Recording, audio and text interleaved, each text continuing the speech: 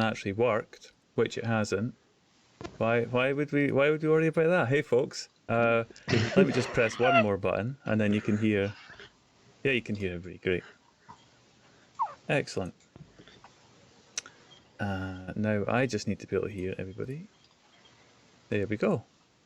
Hello everybody. Hello. Hello. Welcome. We are in the midst of a round table, except there's 4 of us, so that kind of could be a square table, but I'll assume that we're occupying the cardinal points on a round table. Who wants to go first and be north? Yeah. We're here today to discuss. This is one of the things that we do on a Monday, just very quickly, for an hour or the next 53 minutes or thereabouts. We're going to be discussing the implications of the words Rails and Sandboxes in relation to tabletop role-playing games. Now, everybody's looking silent. I don't know where this came from. Where did we get this? Was this listener suggested? Look. This is what Ange told us to do. Ange kind of put this one forward originally, and I was begging. I was practically begging chat Not to do it. to give us some ideas as to what we can actually talk about. And chat responded in their zeros and gave us fuck all. and so we are stuck with this thing. So who knows? We could segue into anything. So before we do, let's segue into tonight's panel. My name's Croy VR. I am one of the Infinite Monkey Tales DMs, GMs, producers, co-founders, and to my right on screen is some old pirate. Hello. Who is GM and our first the ring, our TTRPG ringer that we brought over from our very first games, because he turned out had an entire loft full. I played them before, and he'd played all this kind of stuff, whereas the rest of us were just a relative bunch of noobs. So below him is IMT or IMFinaty. Hi. Who has production and Discord for Infinite Monkey Tales and all manner of technical stuff, and is also the GM for our Mutants and Masterminds, which you would have hopefully seen a trailer for just at the beginning there, and that's going to be happening on Saturday.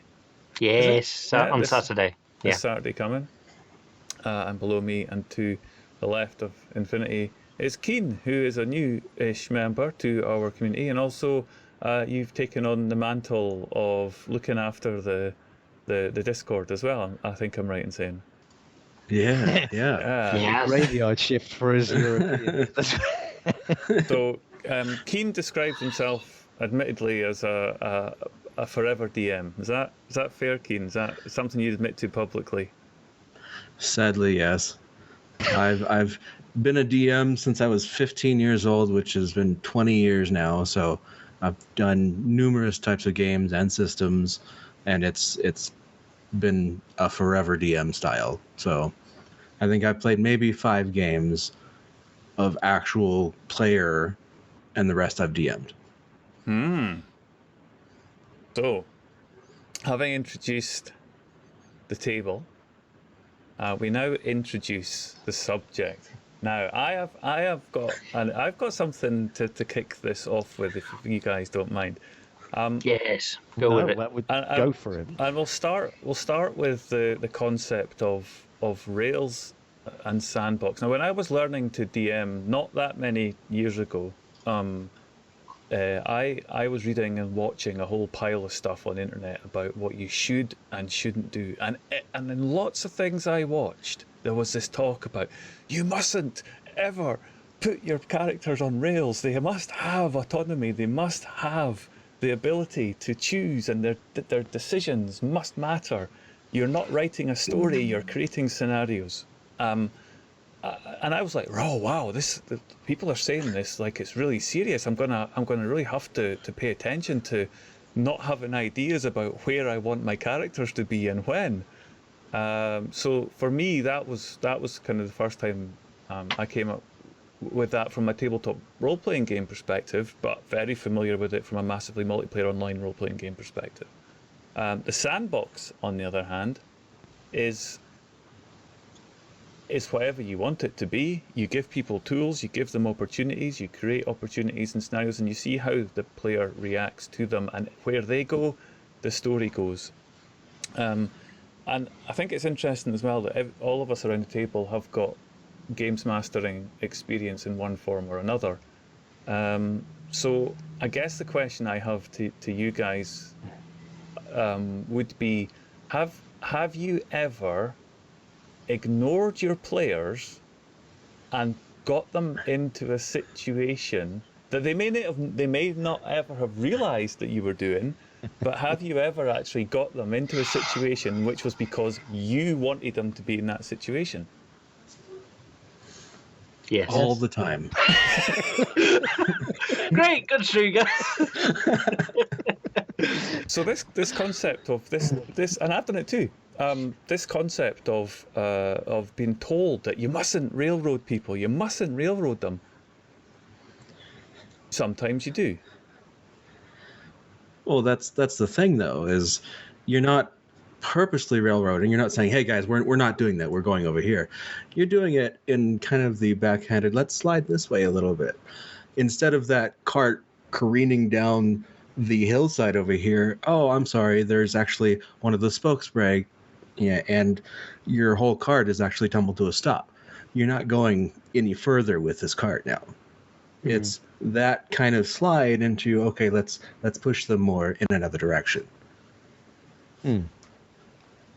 Yeah, and I suppose doing that without your players realizing is the real trick, isn't it? In that regard. I mean, it's a kind of a weird one for me, because I find I tend to play a lot of kind of investigative, or run a lot of investigative games, which tend to be a little bit more set on a path, I think. And that, I guess it's kind of railroading in a way. Mm-hmm. Yeah, because otherwise they'd never solve the murder. Well, I mean, this is the thing as well. I mean, when we played Casting Runes the other week, I kind of realised that how railroady that was, just because there's a timeline of events that are going to happen. You need these events to happen or whatever, and there's nothing the players can really do to prevent that. And it's trying to find a way of making it entertaining still, even though I don't know if I mean, you guys played that. Well, Croy, you played that. Andy, you didn't play that one, did you? No. I mean, you must have felt that as we were playing it. There was very little.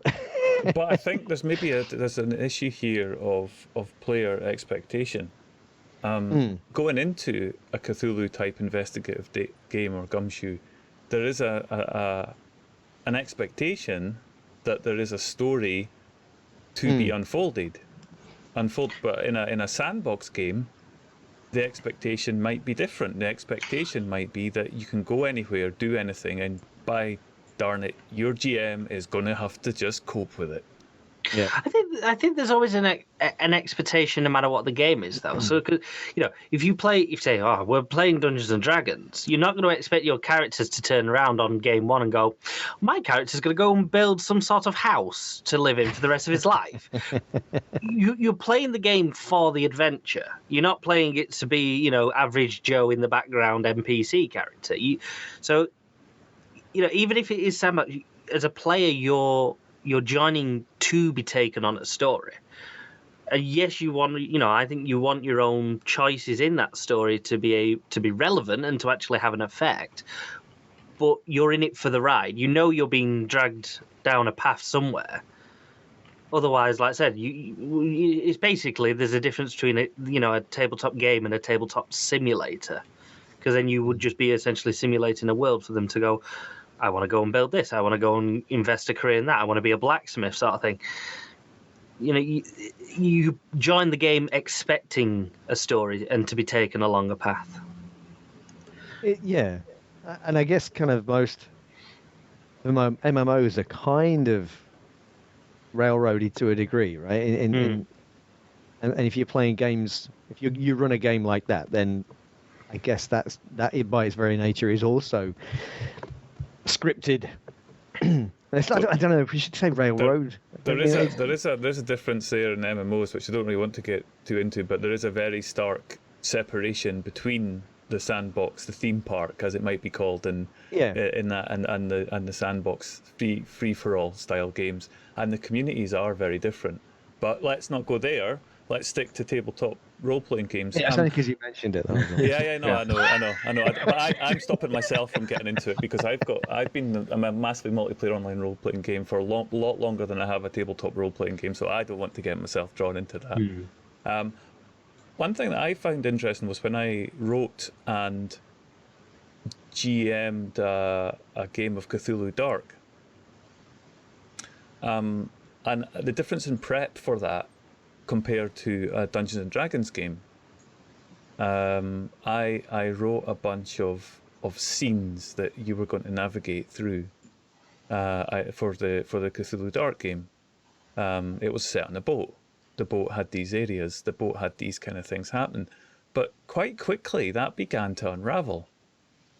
And I found myself not quite as able to push through in order the same scenes. So that level of creativity that's required to drop the secrets in is actually not that different from my prep in D&D, because in D&D I have secrets I want you to find. I don't know when you're going to find them. I know you're going to find them at some point, but I don't know which NPC is going to deliver it, what situation it's going to be in. But I know it's important for you to find out that secret. And that was kind of the same in terms of clues. So I was actually struck. That was the first time I'd ever done an investigative game, and actually they weren't quite as different as I. We ruined that game though, didn't we? Because we skipped a lot of sections in that game. It was like we just went straight for the engine room and like killed ourselves. It was brilliant.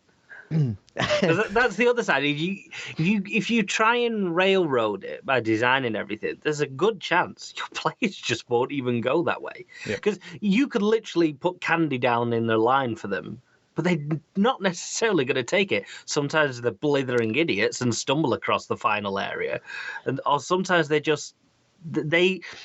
see a different path to the one that you've laid, and they think that that's the path that they should go down.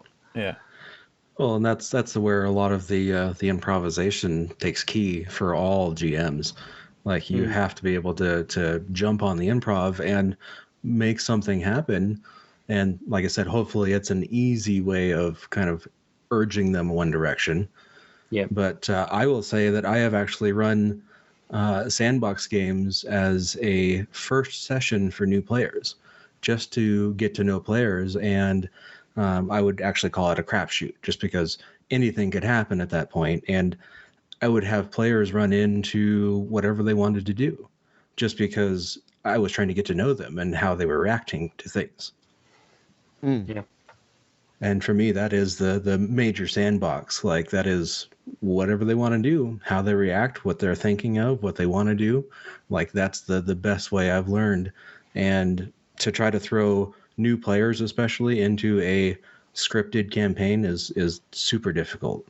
Yeah, and yet I thought it would be the other way around, because I think when you're kind of introducing a new player into a game, they're a bit overwhelmed usually, which is why it's like when we play Blades in the Dark. I start with, I have an idea. I mean, it goes off where it will from there, but I have to have that initial. You're doing this, because if I was just to say, here you go, guys, here's a city. I mean, when we played our first campaign, if I'd have just dropped that on you, you said, there's a city, go and do whatever you want, you would have had no clue. Yeah, you've got to have something on a hook. Yeah, because you're completely unfamiliar with the environment, the world that we're playing the game in. And that's not to say that. Well, it's not to say that there's nothing scripted. There's always things happening in an open world. Like you're not the only level 1 that's out there. You're not the only level 20 that's out there. Things are always happening in a sandbox world.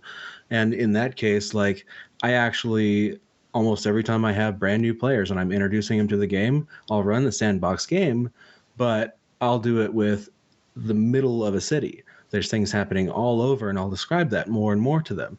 And if they start to, oh, well, this looks interesting over here, let's go investigate over here, well, then I'll urge into that, more investigating into this and what they're doing. And I actually grabbed an old module from a dungeon magazine back in the early 90s that was a gnome's alchemist shop that mysteriously explodes in the middle of a city, and all the players are right next to it when it explodes. So what does everybody do? Like, things are always happening. I think there's a difference there. Is there's two? I think there has to be a middle ground, because you can say railroading and sandbox, but I think railroading has two categories, because you can have tight railroading where you literally, your character goes, oh, I'm going to go down this tunnel, and you go, oh, that's a dead end, and then you force your characters to go back and then carry on the track. Or you have loose railroading where you go, okay, you go down this corridor and there's and do like a mini side adventure, but then necessarily bring them back later on. You know, so you're not. So they feel like they've made that whole decision themselves, but you've just curveballed them. So, you know, there's two different. You've got tight railroading and loose railroading, which So that idea that can be expanded into the use of set pieces. And I think we all use a lot of set pieces, and that a set piece could exist quite happily within a sandbox, and it's still a sandbox. It just happens that we've stumbled across that particular set piece. And my favourite kind of one line sort of elevator pitch for being a GM is prepare to improvise. Prepare to improvise for me sums it up so well, because you can be as prepared as you like and you'll still have to improvise, but also you can get better at improvising and having these set pieces that you can just pull out, like a city, like a goblin alchemist explosion. You never know when you're going to use them, but you know them well enough so that when you do use them, it seems to flow really, really naturally. So that's got a distinction between that, like you say, tight rails where it is one way. It's a book, it's a story. You're getting read a story, and it's like a telltale game. Telltale games, you know, where you just click a button to progress, or. Because I've seen a lot of tabletop role-playing games where the DMs and GMs have literally gone down the tight route, and it's like, if they try and open a door that they shouldn't, it's just straight, well, it's locked. I try and lockpick it, you can't. And it breaks that immersion, and that's the worst thing you want to do when you're running a game. You don't want to disconnect that immersion for any reason, and you have to allow the obvious and the stuff that could literally happen take place, even if it's a massive diversion, even if it adds a whole new 3-hour session to your storyline to where you want it to go. You've got to allow it to some degree. It's all about player vice agency, versa, isn't it? And vice versa. I've seen some people who literally let them loose, and then that whole campaign that they decided went from 2 episodes to 20 episodes. But they, and it's like, well, all right, yeah, that was the longest story you've ever had, and your characters have gone the long way around it. So but at the end of the day, if all the players are having fun, does it matter? And then we come back to this. If we're streaming the game and the players are having fun, our what if chat the viewers also are having fun? Yeah, so that's an interest. That always adds an extra element. I think if you are recording your game and you're lucky enough to have people watching, they'll be very sensitive to railroading. I don't think there's many audiences that wouldn't be sensitive to seeing railroading going on.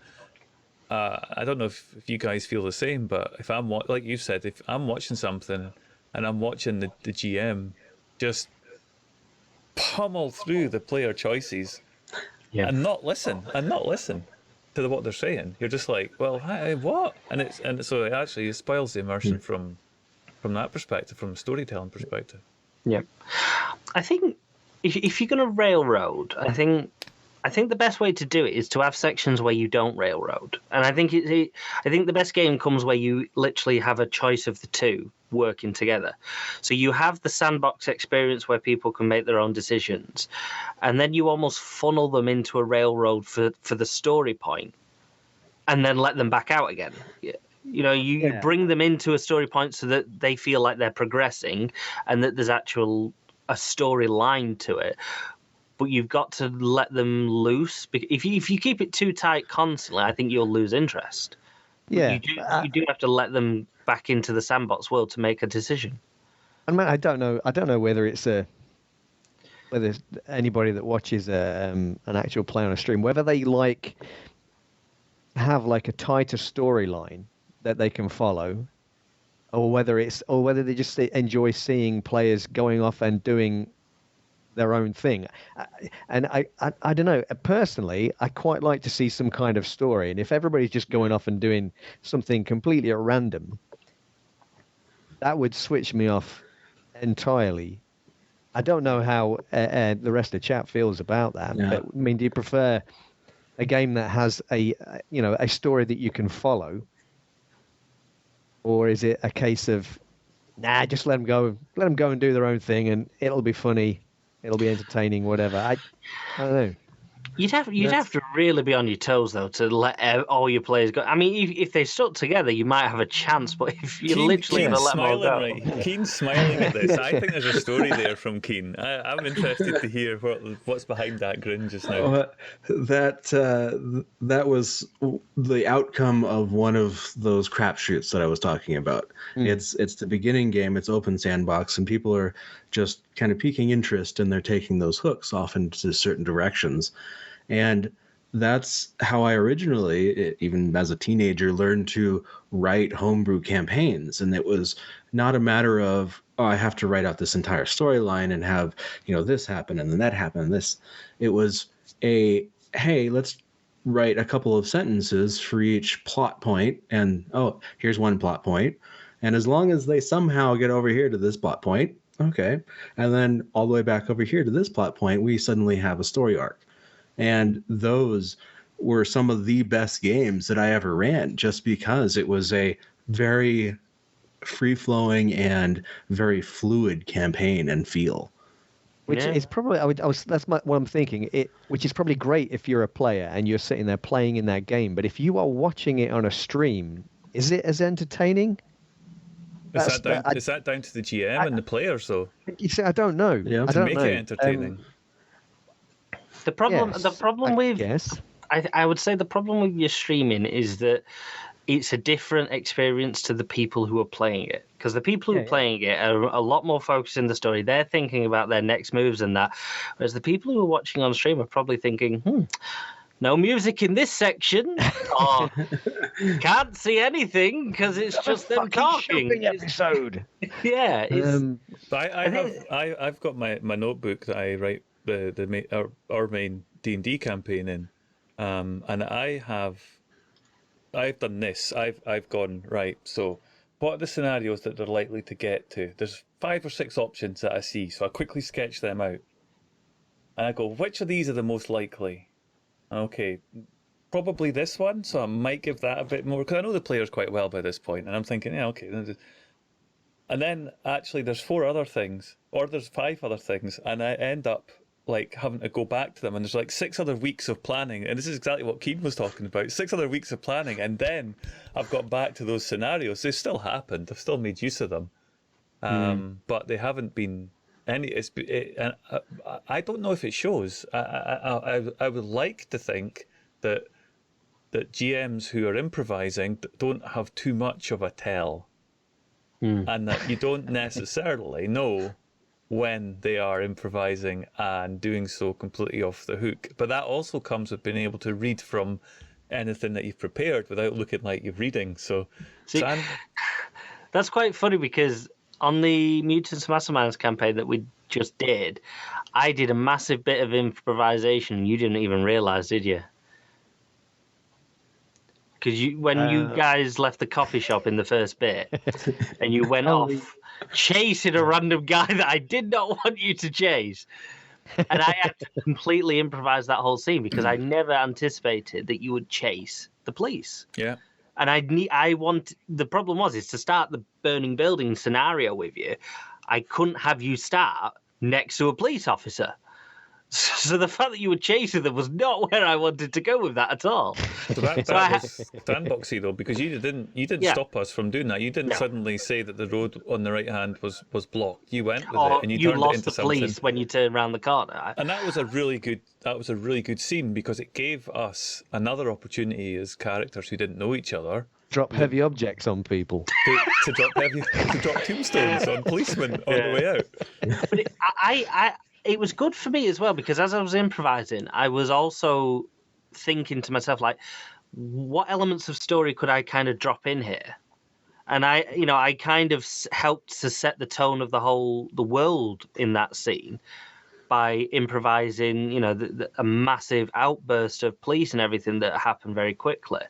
Just to kind of, and it helped the story because it kind of put in your guys' heads that, yeah, if you're caught, you're going down very quickly, which I think then helped later on when you realize that the police were surrounding you in the building. And again, I had planned for you to at least try and fight one or two of them. And you're like, I'm digging a tunnel out of it. I'm like, oh, for God's sake. Like, so, yeah.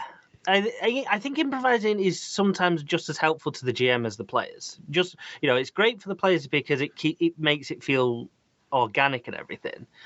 But it does allow the GM to maybe introduce something that he didn't think of when he wrote the script and everything. Well, and there's memes made for that. I mean, yeah. Making them think that I've written this entire story when it's just their conjecture. Yeah, Oh, yeah. and the idea being that you let your players feel that they have some kind of control over the world, or they affect the world in some way that you're presenting to them is the big thing, I guess. I'm gonna quickly jump to chat if you don't mind and just have a quick sketch down. Hey Ange, hey Keen's in there. Hey Russ, how's it going? Who else? Nerva's in. Hi. Right, let's see where the substantive stuff. We're all saying hello at the beginning there, taking notes. Ange's taking notes. Pale is still laughing. Why is Ange taking notes? Why is Still she taking... laughing about how players forgot to stop the boat before lowering the lifeboat. And that was in the Cthulhu Dark. I actually, now that was an interesting one because when I was writing it, I really wanted them to be out in sea and lost. And the only thing that was different from where they ended up completely in a sandbox method by letting them do whatever it is they wanted, the only difference between what I had envisaged being the ending of that and what the actual ending of it was, I had hoped that they would be somewhere in the middle of the Atlantic when that happened, whereas it was in the English Channel. I think that was a very interesting moment because that was actually a game change that was affected by chat. Because we were escaping on that boat and none of us had even considered the fact that this shit was moving until I can't remember who it was, but someone screamed it in chat. Yeah. And all of a sudden we all were like, uh-oh. Oh shit, yeah. And then the whole story went from we're escaping to, okay, we didn't think this through. It was memorable. It was memorable. That was the best death ever, that. Hey, Sushishmon, how's it going? Bungmaster, hey. Who else have we got? Pale, hello. If you missed it, Bung, it's Strain. on the YouTube. Go watch that one. That was good. Hey, Strain.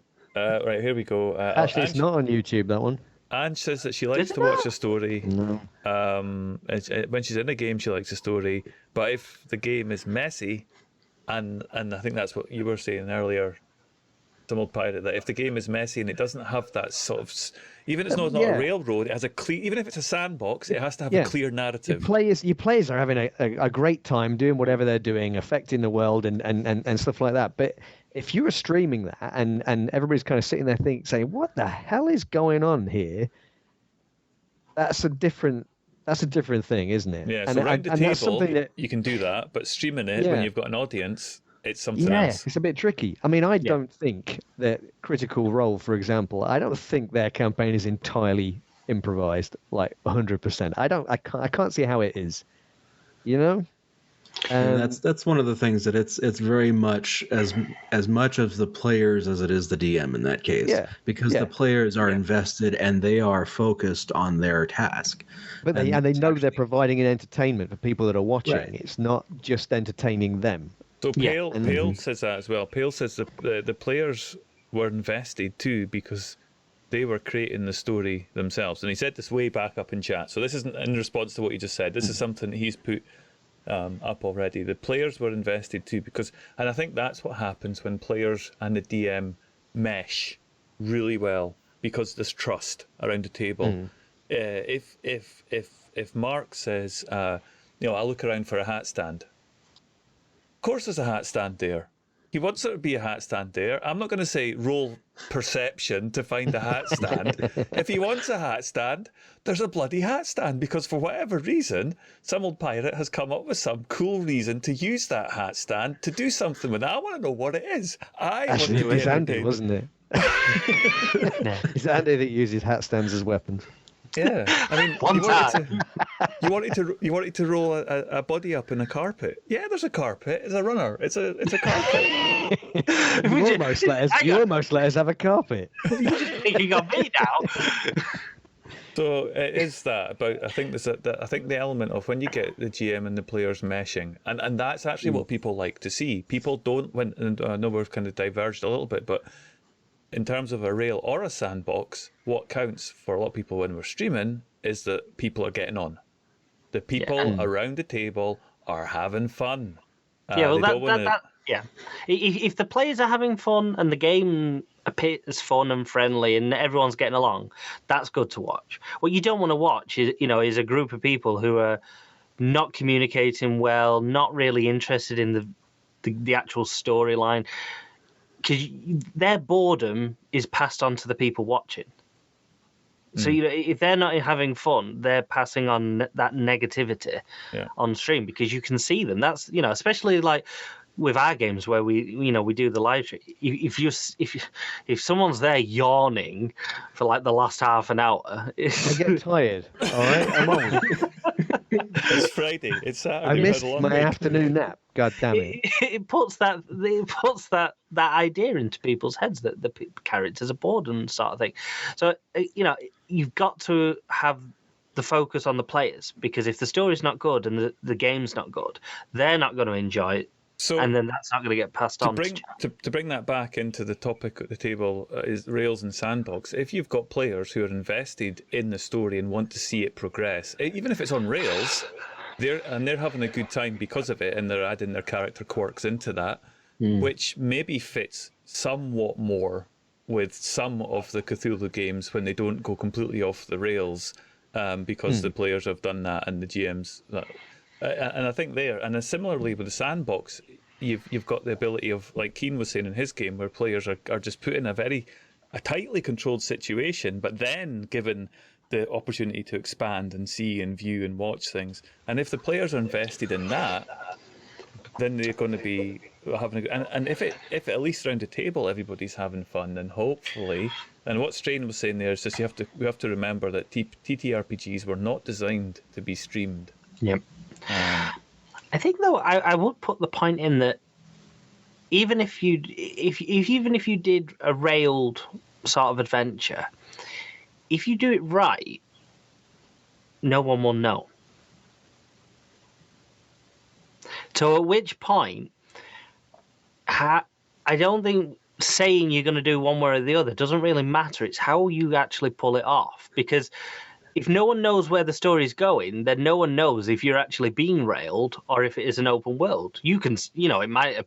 If the characters feel like they've got the decisions and it is an open world, even when you're railrolled in them, that's what you want. You want the story to work to what you've designed or what you've spent hours building, but you don't want the players to feel like you force them down, the same road. So if they don't realize it, that's where I would say is the best thing, is if you can do it without them realizing. Are more games railroaded? Because in theory, you say Sandbox, but even Sandbox itself is a set of rails. No matter what world you create, you're straight away, by creating that world, you are setting the rails of that game. if you say you're Dungeons and Dragons, you're setting the rails that that's the area, that's the game. But don't forget that when you make a sandbox, it has to have edges to stop the sand spilling out, and it has to have tools for which to manipulate the sand with. And the rules just invest that sand, so it's a particular type of sand. But it's still, of course, it's a very big railroad. Yeah, well, yeah. I mean, that then becomes quality because you've merged that. You're realizing it's not just a dichotomy. You've got this scale, and at any point you can borrow from different parts of that, depending on what the table situation presents itself. Now that's going into what you guys were saying last time with the whole what if we didn't have rule sets and what if it was all just storytelling. Well, that was a neat little. Yeah. Oh, we're clever people. We. So Bong's saying that the story improvisation and that if the story's improvised and the flow is good, then watchers are going to be grabbed. Yeah, And that's true. I always cringe and stray away from those streamers, especially that I see literally pick up their piece of paper and they're reading the script and then they're reading the description of the script, and it's just, it drags, and it's not entertaining at that point just because it's a scripted campaign that's just rolling through the motions. And who wants to watch that? I think it all depends on what it is your game is to do, because I think if you're doing like a one shot, special occasion or just in general to try a game, you have to railroad it. If it's meant to be a one session, you have to railroad that, because if you open it up to a sandbox game for a one shot, you ain't doing it in one shot. Which I think is what happens to us quite a lot of this show. One shots like that, tight one shots that are run very quickly. Really need at the table to have understood what the purpose of that game is, the story, the set, and it has to drop them. I mean, every session should drop you right in the middle of action at the start just to attract your attention. I mean, that's fair. But one shots particularly, you haven't got a preamble.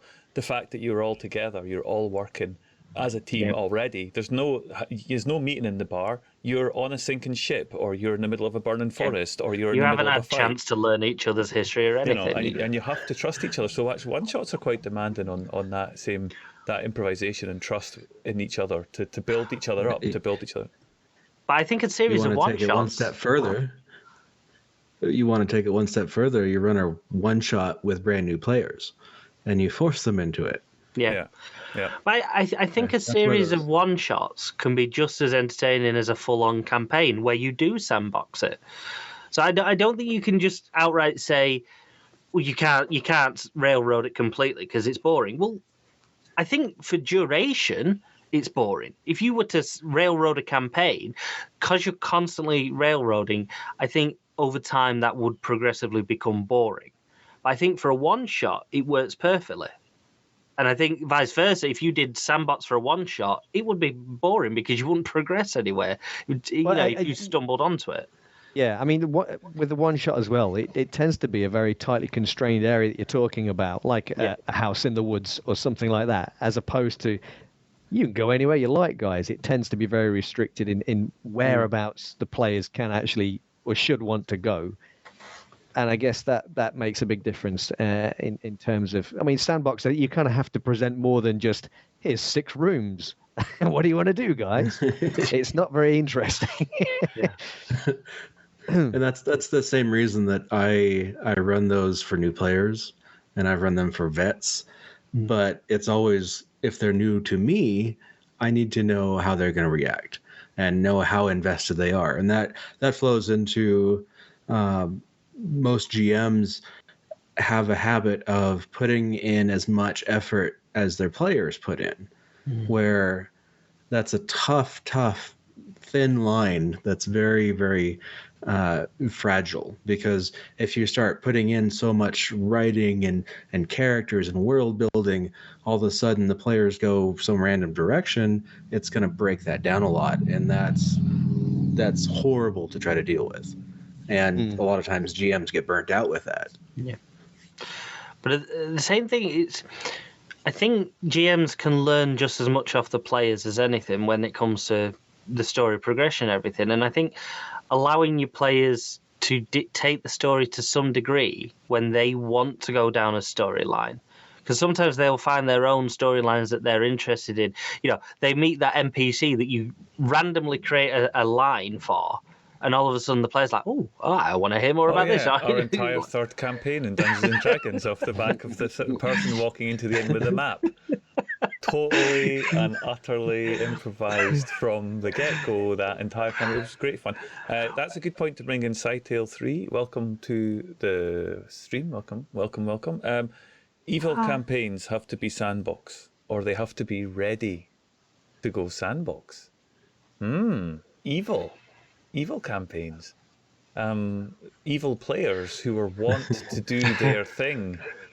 We're doing some, yeah. Well, that's when anything can happen. Does it depend on the? I suppose looking at it in a D&D sense, because that's the system I'm most familiar with. But we are currently playing through an evil, like a lawful evil, right? That's kind of the way it is. Everybody's lawful evil, so you're still bound by a code. Whereas if you were chaos evil, or in a different game where it handles that kind of thing completely differently, and I'm not sure that alignment comes into things like Cthulhu, because the players generally seem to be on the side of the humans rather than the demons or the ancient forces or whatever. Yeah, I don't know. I think the problem you get with evil is you do have to always have more rules in place, and you have to kind of have, maybe not narrow railroads, but some people can go too evil with evil. And, depending on your campaign and the people around your table, you're not necessarily going to want certain levels of evil anyway. So the next time we do a Cthulhu campaign, we're going to play the ancient Shogoloths, or the whatever it is that we're going to be those. We're going to be the night nurses. We're going to be the great old ones who have transcended and come down. The trouble is with that, though, it's not going to be balanced. Well, it's not, is it? That's the problem. Is that generally the bad guys win, or the good guy. The best the good guys can hope to do is kind of hold things back for a while. So, is there going to be much fun for a player knowing that? Doesn't matter what I do, really. I'm going to win anyway. That's one of the problems that I've always had with evil campaigns, though, is that a lot of times there is no honor among thieves, so to speak, and these people they don't have any coherency as a group. Something needs to happen to them as a group to have them actually invested in what's happening, because you're not just evil and you're going to go walking through a town. No, if you're truly evil, that entire town's going to know it, and they're going to want to stop it. But then again, is that actually the case? Because I mean, if you're in what is really evil? I mean, that's the thing. Like Adolf Hitler would not have considered himself an evil person. No, right? He didn't think he was evil. He thought he was a good guy.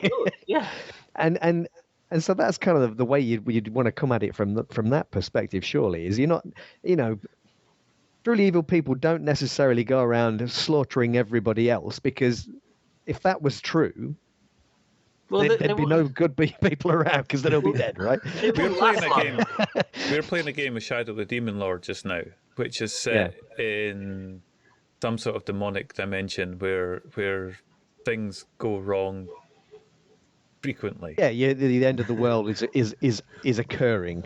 And is it that I don't think we've ever defined alignment or anything close to what our characters are in that game, have we? You don't generally. Yeah. I mean, we've probably digressed a little bit on this subject, but alignment has always been a tricky thing for me anyway. A little bit. Yeah, just a little bit. So, but alignment, I just find is a tricky thing anyway, because it's basically, isn't that just a rule that's saying you have to play your character like this? But then the idea of, if you are going to be evil, and this was Sidetail brought this up, you prepare for to go to some sort of sandbox, because you don't know what the player's going to do. But then you could say the same about neutral as well. in terms of a D&D sense, because you don't necessarily know, because they're going to go for their whims. So I don't know necessarily Even worse all than that, evil chaotic campaigns. neutral. Yeah, so it depends. It depends on the it's game. wrong. I think it's wrong though when they do that on any campaign where they literally say, right, you have to choose: are you a good character or are you a bad character? I think that's really hard to do in a game, in a lot of these games, because even the best of characters could be put in a situation where he could do something that is considered evil. Yeah, and then Or, Bong chaotic. Master's in chat as well, and he's come up with something similar. He said in sandboxy situations, it allows characters to develop, and that also draws players, GMs, and watchers in as well. The development of the characters, the path that those characters take, allowing people to get invested in those characters, and you can create your character, and you can direct your character and develop your character in a more real situation.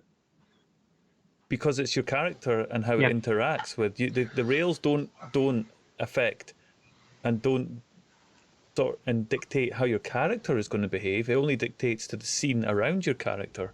So even in a rails situation, you still have opportunity for character development.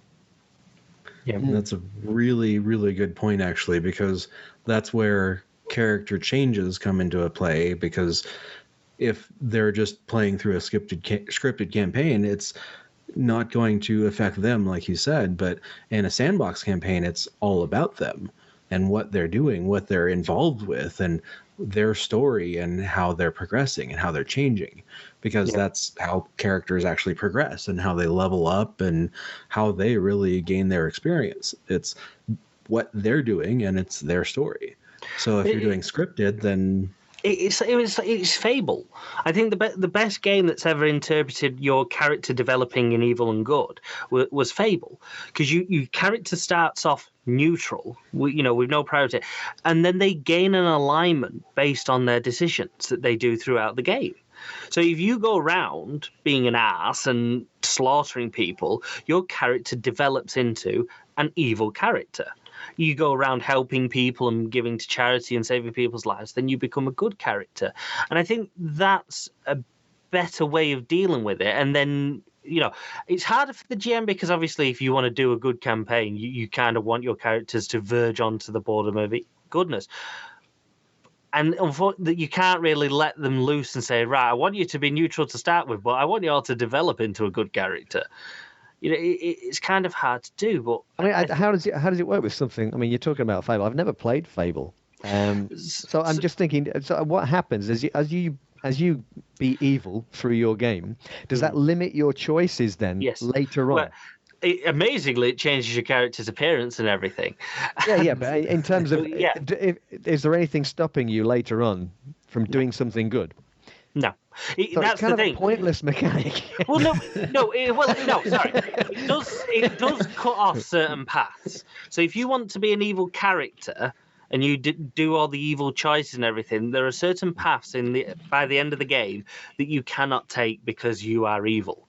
Right. And I think it's like certain people, because you're evil, a lot of people will run away from you and cower from you. So you lose a lot of quest lines because certain people won't even come and talk to you. But then vice versa, the criminals that would run away from you when you were a good guy will now become your new quest line. So it's like it changes the progression. That follows through to GM and improvising as well. One of the ideas of having the different fronts that are opposed to each other within a game. So you've got the different factions within a tabletop game, and I run different factions that some are more obvious to the players than others, but they're always doing something in that world because the world is alive. And so if it turns out that through no action of them, does the game that you play let that progression happen, or like some previous editions of D&D particularly, where you'd be punished for switching or acting out with your alignment? I don't know enough about them, but I've heard people talk about that, and they've said that was Sandbox, proper old school, isn't it? With you acted out of alignment, lose a level. Yeah, but I think I think campaigns are better when they kind of get rid of the good and evil side of thing, because I think to outright say your character is neutral good, I I think straight away you're limiting the role playing ability of that character because straight away like you're cutting off so many different paths that they can't take. But then that's And fair because in a sandbox, you and with character progression, you hope that the character's action today makes sense based on what you know about the character's decisions that they took in the previous one. If somebody in real life was suddenly went from mild mannered sitting around talking about tabletop role playing games to going outside with an AK and blasting people, then that they would be committed, right? That would be. And it's no different in a living world. In a living world, whether it's Rails or whether it's a sandbox, that there should be something that's going to happen to you if you start continually just taking tangents all the time. So that's not necessarily a bad thing because I think players will tend to have that consistency and want that development for there to be a rationale from it. You don't just pluck stuff out. Or at least maybe more mature games. My youngsters, maybe. I play a tabletop role-playing game with my son. He's 6. And all of a sudden, he goes from having the ability to fly to also having the ability to be invisible and having the ability to call down a meteor storm. But you know what? I don't care. He's 6. That's totally fine. And that kind of sandbox stuff there, it only works with young players because they don't want to be confined by the rails. They don't enjoy that. They like the freedom and they like the ability to think outside the box and outside the given guidelines. It's an opportunity for them to rebel in a safe manner, in a safe environment, to try things out, to test things, to try different ways of behaving. And that isn't restricted by the GM telling you that you're walking down a corridor because you can still have that conversation. So it's all about the table, guys. We're going to have to wrap up soon because it's coming close to the hour, and I think that's. I think we're doing well. So does anybody have any closing thought? Have you changed your opinion about what Rails is? Do you now have you now got a clear? Has everybody got a kind of? I know now what you mean. Yeah, just quickly on that the good and evil thing. I think it should change, and that's what you don't see in a lot of campaigns. You people create the character at the beginning and they're neutral good, and if they could, and some DMs let them get away with doing things that aren't neutral good, and at no point have I ever seen someone turn around and go, right, well, you've actually done so many nasty things. Your character's no longer neutral good. Yeah, there is so much development. Discussions around particularly D&D alignment because it is such a hot topic and always has been throughout the years. It's a massive one, but in terms of Rails and Sandbox and the way that it impacts on your ability to play, it doesn't. Both. Yeah, Rails and Sandbox. I think for a campaign, you've got to find a middle ground between the two. I think if you're doing one shots again, it's got to be Rails because of the time frame and everything. Yeah, one shots. It doesn't matter so much with a one shot. I don't think you're not looking for character development or anything like that in a one shot. You're just trying to tell a little bit of a story, aren't you? So it doesn't really matter as much, I guess. And you're talking about a limited kind of environment where there's less opportunity for players to kind of go and do something unexpected, I guess. Unexpected. For me as well, the inclusion of set pieces that are quite railsy within a sandbox can be quite good fun. And there's times where that's appropriate. Keen, do you think? I mean, you've perhaps been the GM longest out of all of us.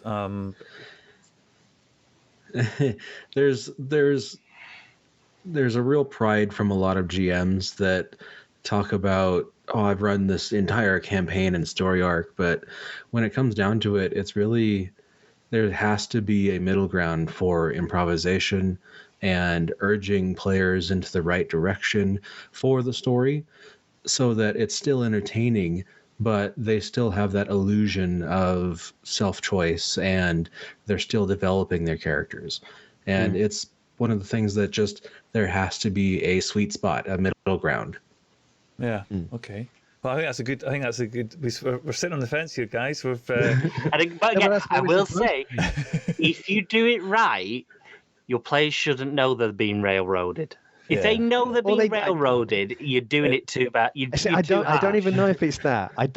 If they don't care. If they don't care. If they don't care, then then Well, that's fine. That's what is a comment from Azure there. He just said that they're not really in it for the story; they're in it for their character and how they deal with each situation as it comes and goes. And if it As happens a to be a player, bit, that would kind of make Yeah, sense. yeah.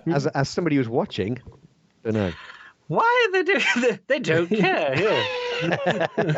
Yeah. So Yeah. there you go, guys. That was a quick. Another on the rundown. fence episode. Well, Yep. I think it has to be, doesn't it? I think it has to be. Best place to be. We're putting these up. I think, generally speaking, there's the nuance and the subtlety that we've all talked about, and the necessity of improvisation as well, and the player expectations we've talked about, and adding streaming into that always brings another dimension to it.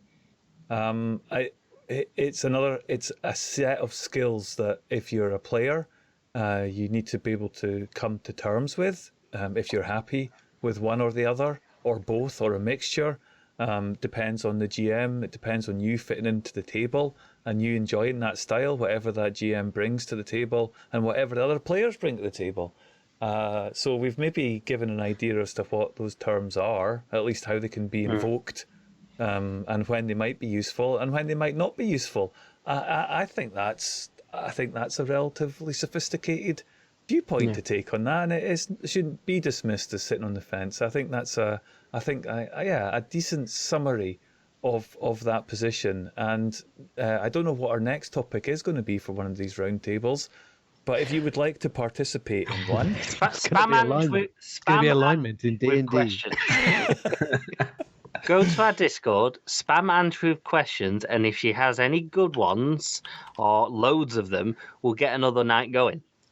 Because we will talk about anything. And remember, you're always welcome to come and join in as well. of Yes, course.